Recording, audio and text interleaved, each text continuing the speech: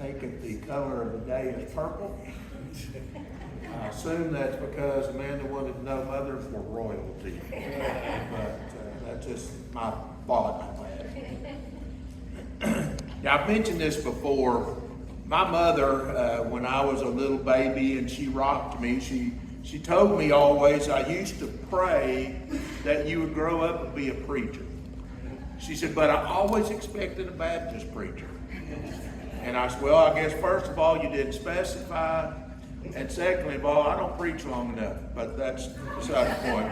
Hopefully I didn't offend anybody. My wife will get on to me later because I make jokes like that because that's how I was raised. And my family, I have such a good time picking at them that it becomes just natural. So if I offended you, complain to my wife.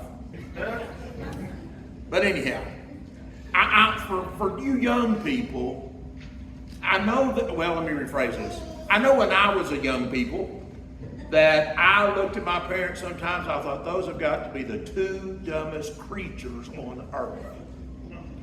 Because I knew everything. They knew nothing. I was the smart one, in my opinion.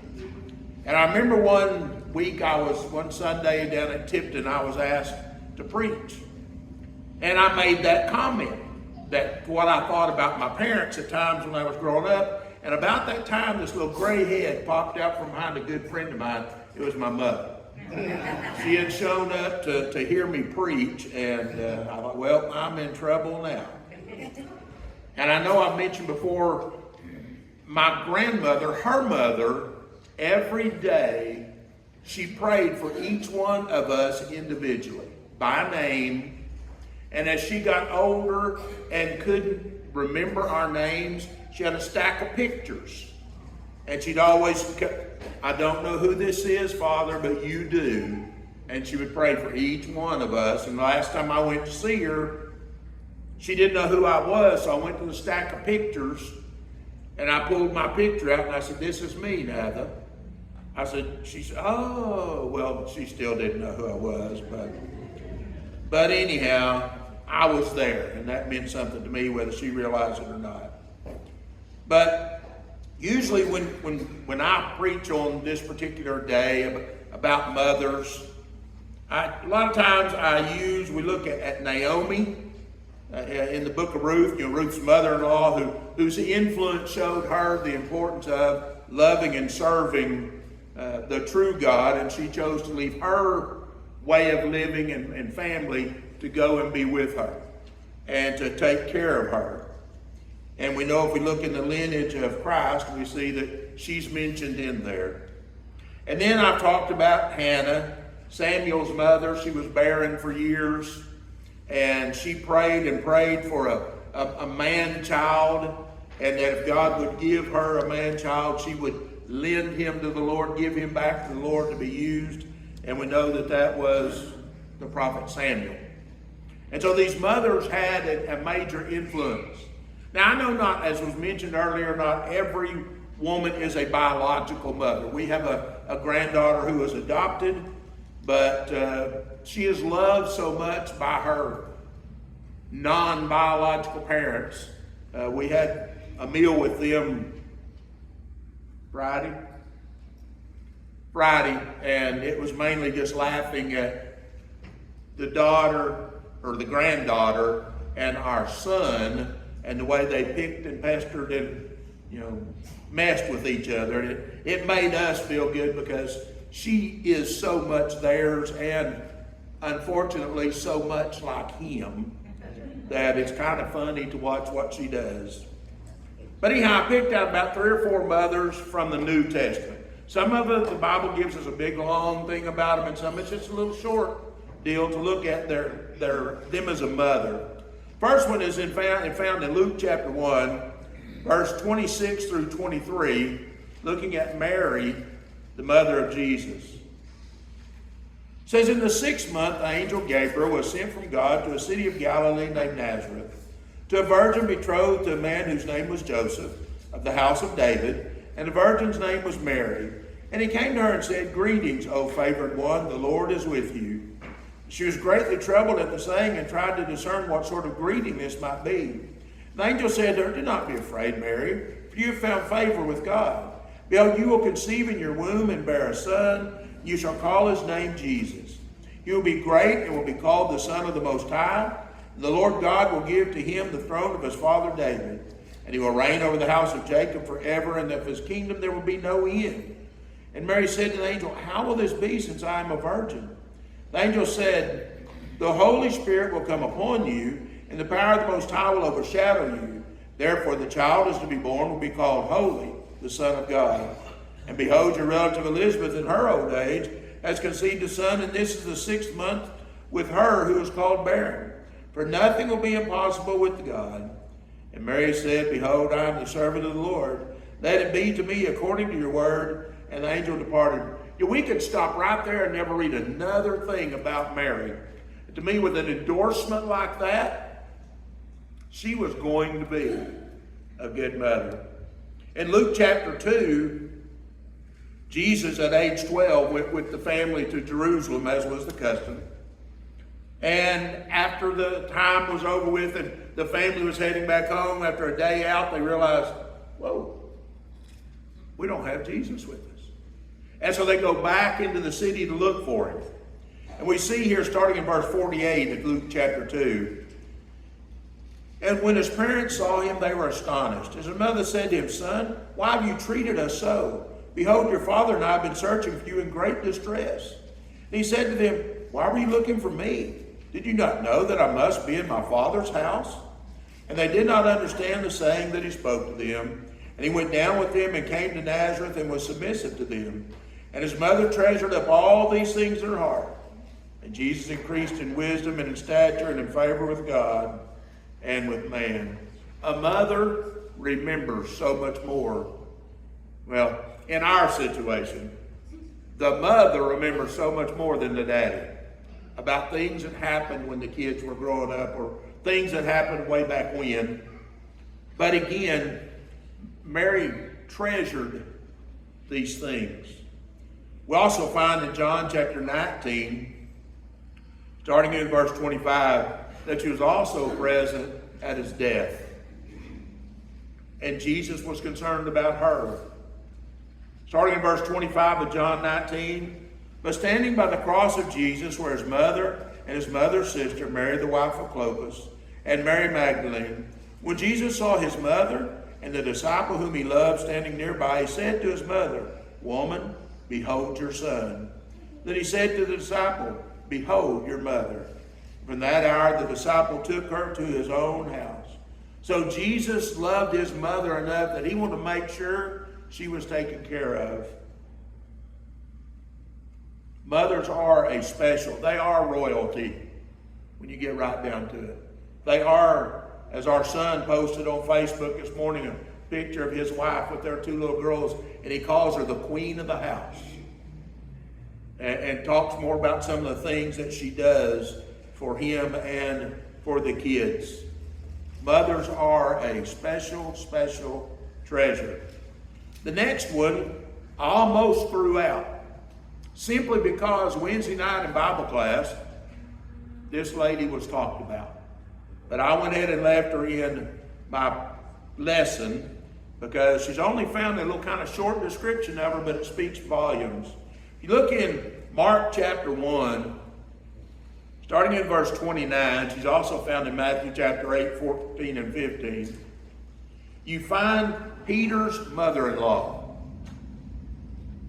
Mark 1, 29 through 31, "And immediately he left the synagogue and entered the house of Simon and Andrew with James and John. Now Simon's mother-in-law lay ill with a fever, and immediately they told him about her. And he came and took her by the hand and lifted her up, and the fever left her, and she began to serve them." She immediately, when she was able to, got up and got concerned about taking care of her family. And you have to remember, this is a mother-in-law. It's not a mother. Some mother-in-laws might frown on the son-in-law showing up with 3 or 4 uninvited guests. But not this mother-in-law. She got right up and she took care. Now she may have talked about it to him about it later. We don't know that. That's just knowing my mother-in-law. most of you knew Shirley, but she was willing to step right in and feed the uninvited guests and take care of whatever needed to be done. And I would venture a guess by the example that she patterned, more than likely Mary's wife was a good woman as well. And I can promise you, a preacher cannot be a preacher without a good preacher's wife. I promise you. Because there are times a preacher gets called out in the middle of the night or right in the middle of the afternoon, and it leaves mom home with the kids and doing the things that dad usually helps with. A good wife and mother is a necessity. But again, Peter's mother-in-law showed the importance of making sure people, even outsiders, were taken care of. How many of us came home growing up with an unannounced guest for a meal? And mama always had something ready. Now, after the guest left, she may have pulled us over the side and said, I don't mind you bringing your friends home, but a call ahead of time to let me know so I'll have a little more prepared would be a great thing next time. And sometimes we might have remembered it, sometimes we might have forgotten even the next time. Then the passage that was read a while ago in 2 Timothy chapter 1. To me, you can't go through the scriptures talking about good mothers without noticing the mother and grandmother found in 2 Timothy chapter 1, verse 3 through 5. Here Paul is bragging on Timothy and the lady influences that he'd had in his life. So I thank God whom I serve, as did my ancestors, with a clear conscience, as I remember you constantly in my prayers night and day, as I remember your tears. I long to see you that I may be filled with joy. I am reminded of your sincere faith, a faith that dwelt first in your grandmother Lois and your mother Eunice, and now I'm sure dwells in you. Timothy's mother passed it down to her daughter, and the daughter passed it down to her son. That trickle effect. Yesterday, Connie and I were in Oklahoma City. And you know me, I'm in one of those that you go where you need to go and you come back. Well, that didn't work. The Queen spoke.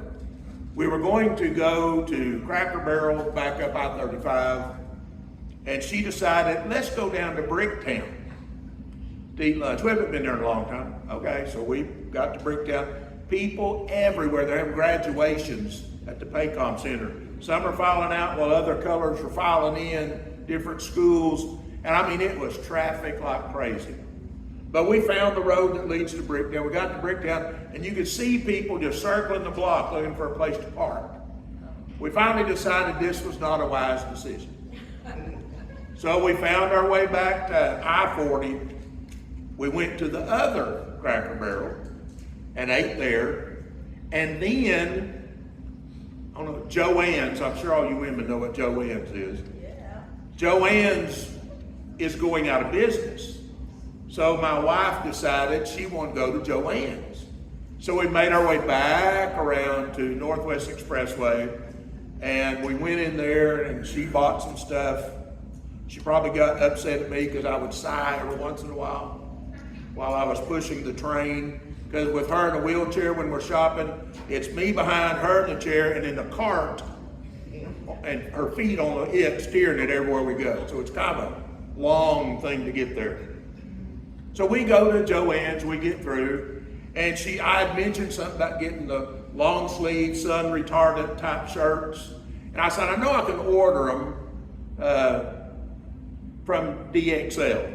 For those of you who don't know DXL, that's a store for the pleasantly plump men. And so I called DXL and I asked them if they had these shirts. And the lady said, I can give you the right answer. Yes, we do. I said, that's the wrong answer. If you had said no, I could go home and order them. But anyhow, I said, they have the shirts at DXL. So we went to DXL, and the young lady saw us getting out, coming to the door. She came and opened the door for us, and I recognized her immediately because she had waited on us a few times before, had family relations from Winoka. I think her parents live in Fairview. Anyhow, we walked in the store, and I told her, I'm the man that you gave the wrong answer to. She said, oh no. She said, I think I recognize that shirt you're wearing. I said, yeah. You sold it to me a few years ago. And so anyhow, through the process of getting the shirt and everything else, she gets to talking. She said, where do y'all live? And I said, well, we're in Enid now. I preached at Winoka for 15 years and everything. And that's where I remember you from. And she said, years ago when I was in college, I came with the Bible Chair Youth Group to Garriott Road on a Sunday night or, I don't know, for a worship service.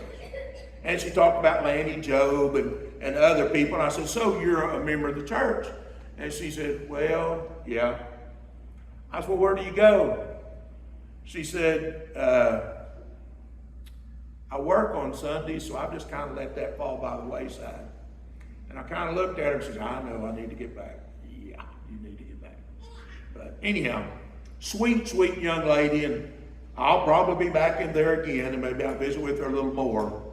But again, you look at the influence that parents have, and I don't know her parents, but she says they attend here occasionally when mom is well, that she's kind of not healthy, and so they don't make it out much. But anyhow, y'all probably know who I'm talking about.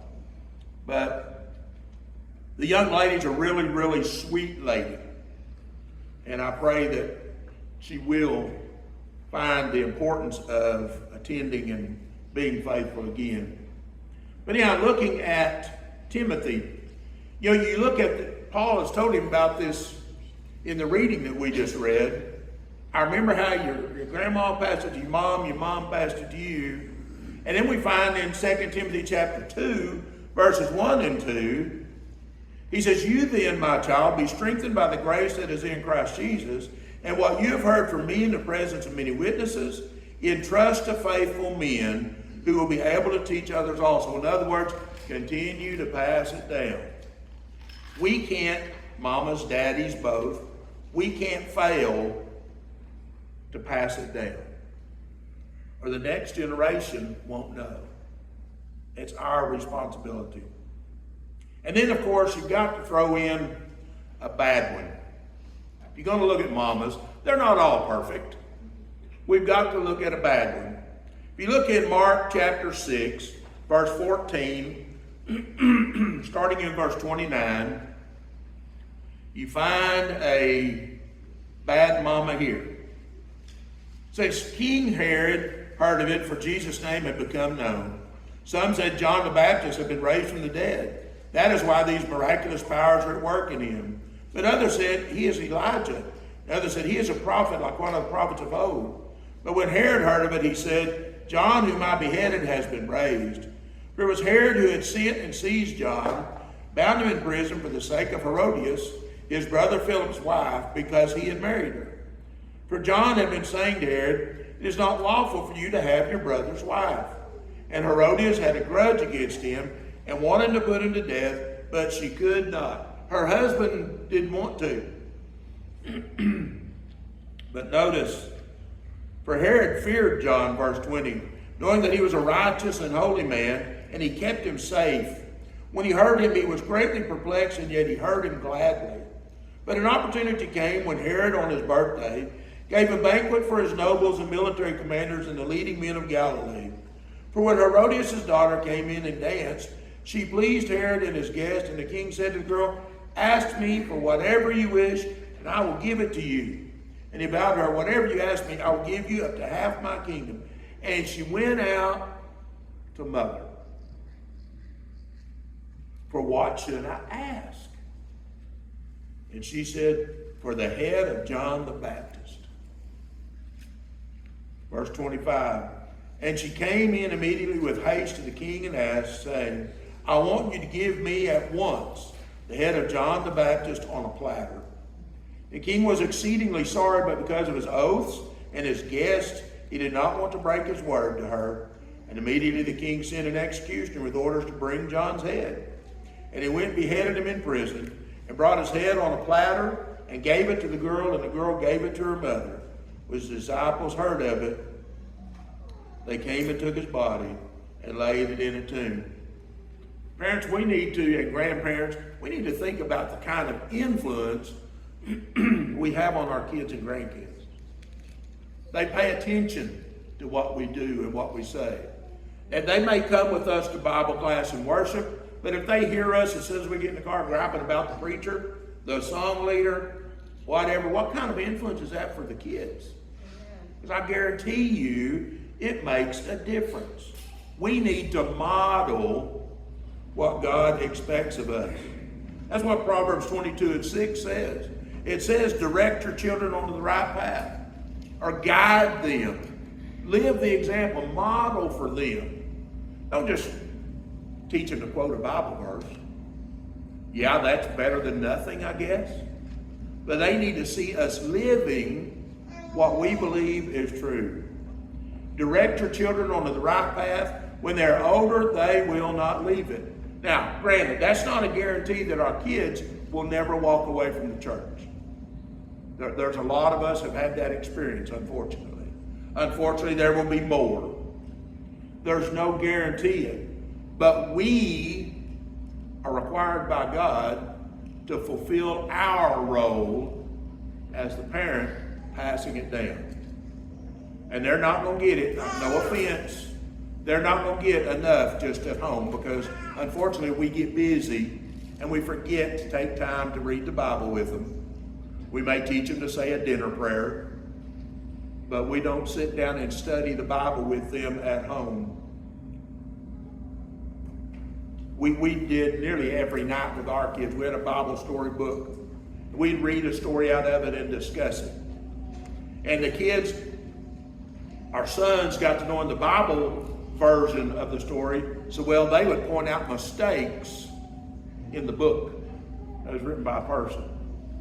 And we said, are you sure? Oh, yeah, that's what my Bible class is. Well, let's look it up and see who's right. And so we need to be sure we take the time to study those Bible accounts. I hate to call them stories, but Bible accounts with them. 1 Corinthians 11:1, imitate me as I imitate Christ, what Paul says. Are we imitating Christ? Are we showing them what we believe? I guarantee you they're seeing what we believe.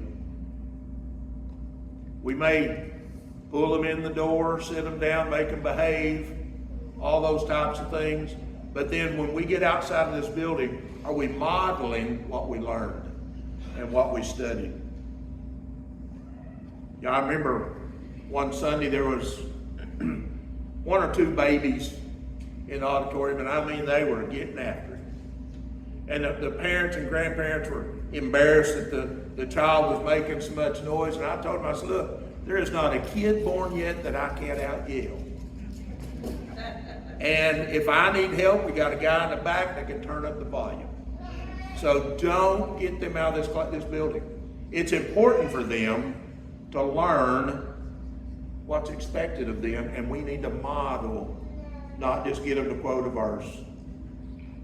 It is important that we live what we say we believe. Because I promise you, the little ones are paying attention. And other people are paying attention. Please don't take for granted that I'm a parent, and so I've done what I'm supposed to do, I got them here. Well, no, you're just getting started. We have a young lady, I want to say a little girl, but she's not a little girl, she's a grown woman. 22 or 3 years old, somewhere in that neighborhood. 24 years old, my wife says. And she just had a set of twin boys just this week. One of them weighed 4'11", the other one weighed 3'7". And she, of course, her daddy I taught in school when he was young, and we lived in Tipton when Amy was born, And so she's been like our granddaughter. Well, all the kids were like our grandkids, but Amy, as we say, was special. While the big brothers and sisters were off playing sports, occasionally she'd call and say, "Can I come to your house today? I don't want to go to the basketball. Come on over." And when we lived in Winoka, she came up 2 or 3 weekends while we were there and spent the weekend with her. So she's special. This morning, Connie got a picture of her sitting there holding the 2 little babies. She looked at me and said, "Did you get one?" No. But Connie got a picture of her holding the little babies.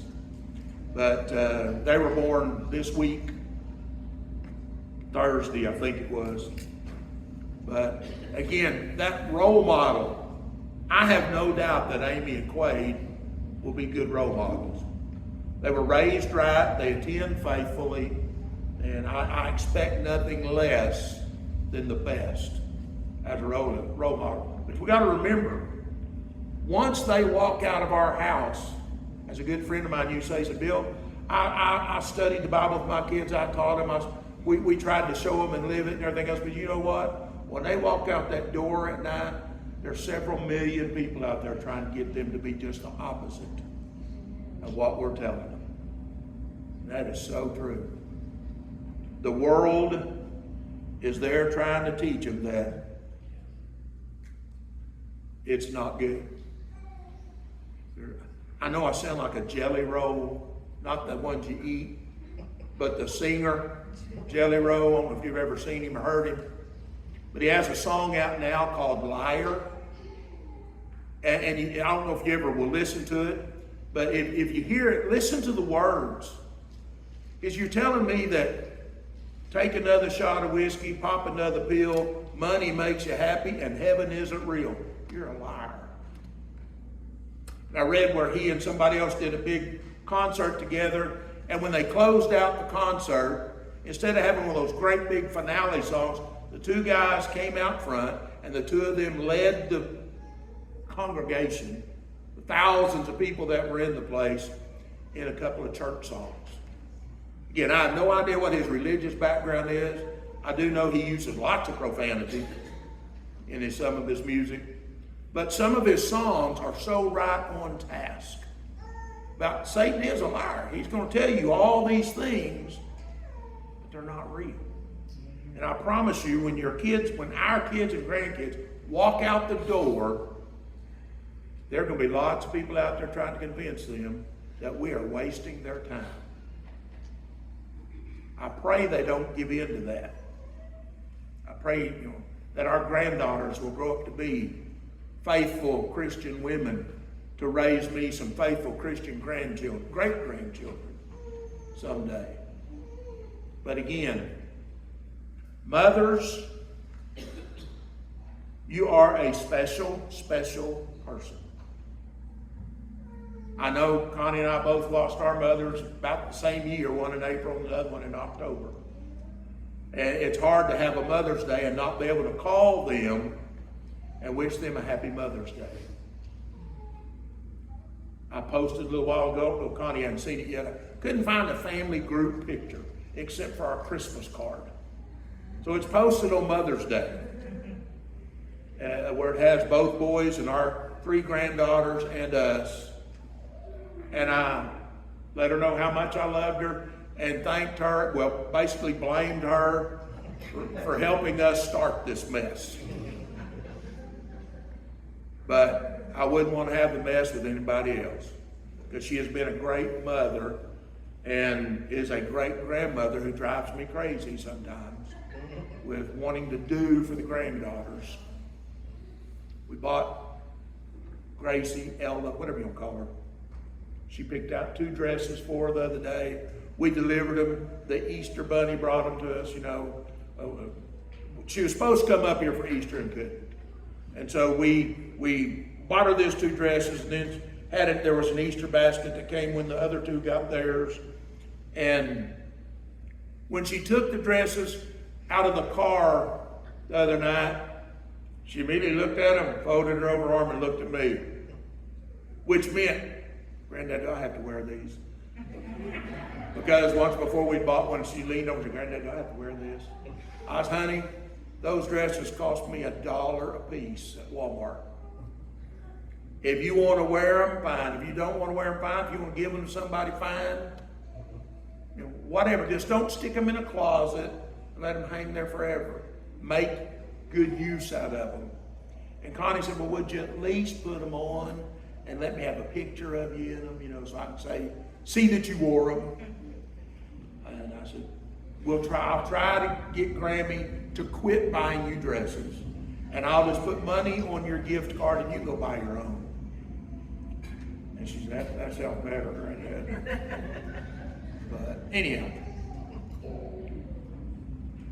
again, I probably talked too long. But mothers, those of you that have one, if she's not able to be with you today, be sure and call her today.